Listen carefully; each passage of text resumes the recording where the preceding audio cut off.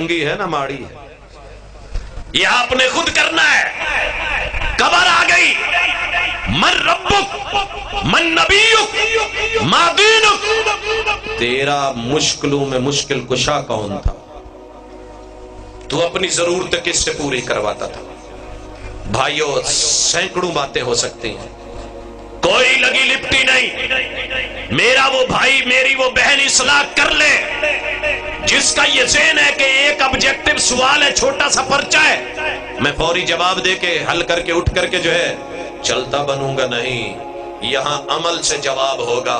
جس نے ساری زندگی اپنی مشکل رب سے حل ہی نہیں کروائی، اسے پتہ ہی نہیں کہ وہ مشکل کشا ہے، وہ حاجت روا ہے، وہ دینے والا ہے، وہ بے نیاز ہے، بگڑی بنانے والا ہے، خزانوں میں کمی کوئی نہیں۔ اس نے کبھی رب کو پکارا ہی نہیں، آواز اور صدا دی ہی نہیں، چھوٹی چھوٹی باتوں پہ دائیں بائیں اوروں کے نام لیتا رہا۔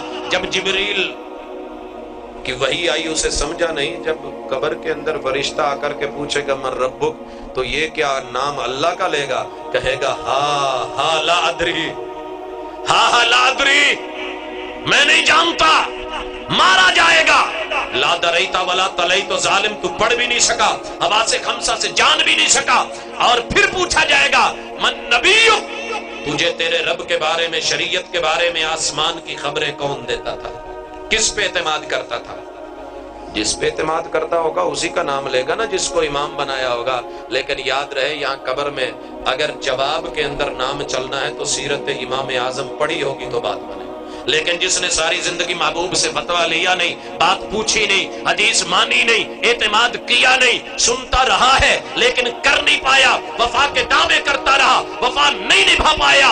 بنتے ہو وفادار، وفا کر کے دکھاؤ، کہنے کی وفا اور ہے، کرنے کی وفا اور۔ لوگوں وفا کے لہجے میں مان جاؤ تو اچھا ہے، انا کے لہجے میں اکثر جدائی جیت جاتی ہے۔ قبر میں پتا چلے گا کہ من نبیک، تجھے رب کے بارے میں خبر کون دیتا تھا۔ یہاں احساس پیدا کرو، اگر قبر کے گھر کو اچھا بنانا ہے تو امام اعظم سے تعلق جوڑ لو، ان کی سیرت جیسی سیرت بنا لو۔ تیسری چیز، دین کون سا ہے؟ یہاں پتا چلے گا، سارے کہہ دیتے ہیں اسلام، دینی الاسلام۔ لوگو اسلام کیا ہے؟ آسمان سے رب نے جو اتارا ہے، یہ کتاب و سنت تمہارے رب کی طرف سے، یہی حقیقت ہے، یہی وحی ہے، سارے لوگوں کے لیے چنا گیا۔ اگر اس سے ہٹ کر کے میں نے اپنی مرضی، اپنی چاہت، رسوم اور رواج، عادات اور خرافات، لوگوں کی باتیں، پیغمبر کی حدیث کو چھوڑ کے، اقوال لے لیے، آیات کو چھوڑ کے اپنے معاملات لے لیے، تو پھر سمجھ لیجئے کہ معاملہ بگڑ چکا ہے، اور پھر یہی ہوگا، جنت دکھا کے جہنم کی ونڈو کھلے گی۔ لیکن اگر میں نے اور آپ نے اپنی سیرت، اپنا کردار، اپنا کریکٹر، اپنا عمل، معاملات، اپنی دنیا کی زندگی میں اگلے اکاؤنٹ کے لیے کچھ بنا لیا، رب کو اپنا رب مانا، وحدہ لا شریک جانا، سر اس کے در پہ جھکایا، اور ضرورت میں، مشکل میں اس کو پکارا، اور پھر اسی کے احکام پہ چلے، محمد رسول صلی اللہ علیہ وسلم کی سیرت کو اپنایا، اور وہ کتاب و سنت والے دین کو لیا، میرا رب قبر کے گھر کو جنت کا باغیچہ بنا ڈالے گا۔ اور آخری گھر یا جنت ہے یا جہنم ہے۔ حضرات مخفی نہیں کسی سے، فیصلے کس بات پہ ہوں گے؟ یہاں مجھے آخری بات کہنی ہے کہ 50+ لے کر کے جائیے۔ اللہ کا اصول ہے کہ آپ کے 50 سے اوپر نمبر جس طرف بھی ہو گئے، وزن جس طرف بڑھ گیا، آپ اسی طرف چلے جائیں گے۔ اگر 51 نمبر نیکیوں کے ہو گئے تو آپ پاس ہیں، جنت آپ کا گھر ہے۔ اور اگر جو ہے یہ کم پڑ گئے، 49 ہو گئے، اور گناہ جو ہے وہ 51 ہو گئے، 50 سے اوپر چلے گئے، پھر معاملہ دوسری طرف ہے۔ لوگوں یاد رکھنا، بڑے بڑے گناہ زمین سے لے کے آسمان تک بھر کے آ گئے، اگر رب کے ساتھ شرک نہیں کیا تو خوش ہو جائیے کہ اللہ نے اپنے دائرہ اختیار میں یہ بات رکھی ہے، رب کی مرضی میں ہے کہ اللہ تعالیٰ ان گناہوں کو معاف کر دے۔ لیکن شرک ہوا، توبہ نہیں کی، موت آ گئی، معافی نہیں مانگی، رجوع نہیں کیا، اور اللہ سے رابطے نہیں کیے، انابت نہیں کی، اپنے شرک پہ نہیں رویا، تو پھر آج رو لیجئے، منفعل ہو کے گناہوں پہ کبھی رو تو صحیح، نار دوزخ کو بجھا دے گا یہ آنسو تیرا۔ وگرنہ ان اللہ لا یغفر ان یشرک بہ ویغفر ما دون ذلک لمن یشاء۔ یہاں لگی لپٹی نہیں، توحید پاس رکھو، اور اگر سنت نہیں ہوئی تو جنت تو بڑی دور کی بات ہے، رب نے حوض کوثر کے بھی قریب نہیں آنے دینا۔ بدعات اور خرافات، من مرضیاں، اپنی چاہتیں، اپنی آرزوئیں، اپنی تمنائیں، اپنے انداز، اپنے طریقے، اپنے سلیقے، اگر ان کو لے کے چلتے رہے، حوض کوثر آ گیا ہے، محبوب کے سامنے ہے، نشانیاں لگی ہوئی ہیں، چہرے مورے خوبصورت ہیں، زیور پہنا ہوا ہے، اور ماشاءاللہ امتی لگ رہے ہیں، رب نے درمیان میں دیوار حائل کر کے ادھر سے ادھر کر دیا۔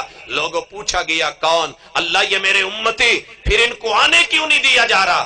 اللہ کہیں گے جنت تو ایک طرف، تیرے حوض کوثر پہ کیسے آئے؟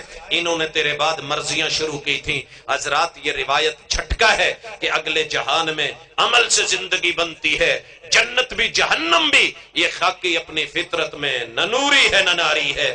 آئیں اپنے تینوں گھروں کو خوشنما بنانے کے لیے، اچھا کرنے کے لیے، اپنی بھی اصلاح کریں، دوسروں کو بھی دعوت دیں، اور اس میں جس حد تک ممکن ہو سکتا ہے اہل حدیث کانفرنس کے سٹیج کی وسعت سے آج جو آپ لوگوں کو سبق ملا، اس میں جو اچھا لگے، مثبت لگے، بہتر لگے، پیارا لگے، اور وہاں کمی محسوس ہو کہ یہ ہونا چاہیے، اسے لے کر کے جائیے، دوسروں تک اس روشنی کو پھیلائیے اور پیغام کو پہنچائیے۔ اللہ میرا اور آپ کا حامی و ناصر، وما توفیق الا باللہ۔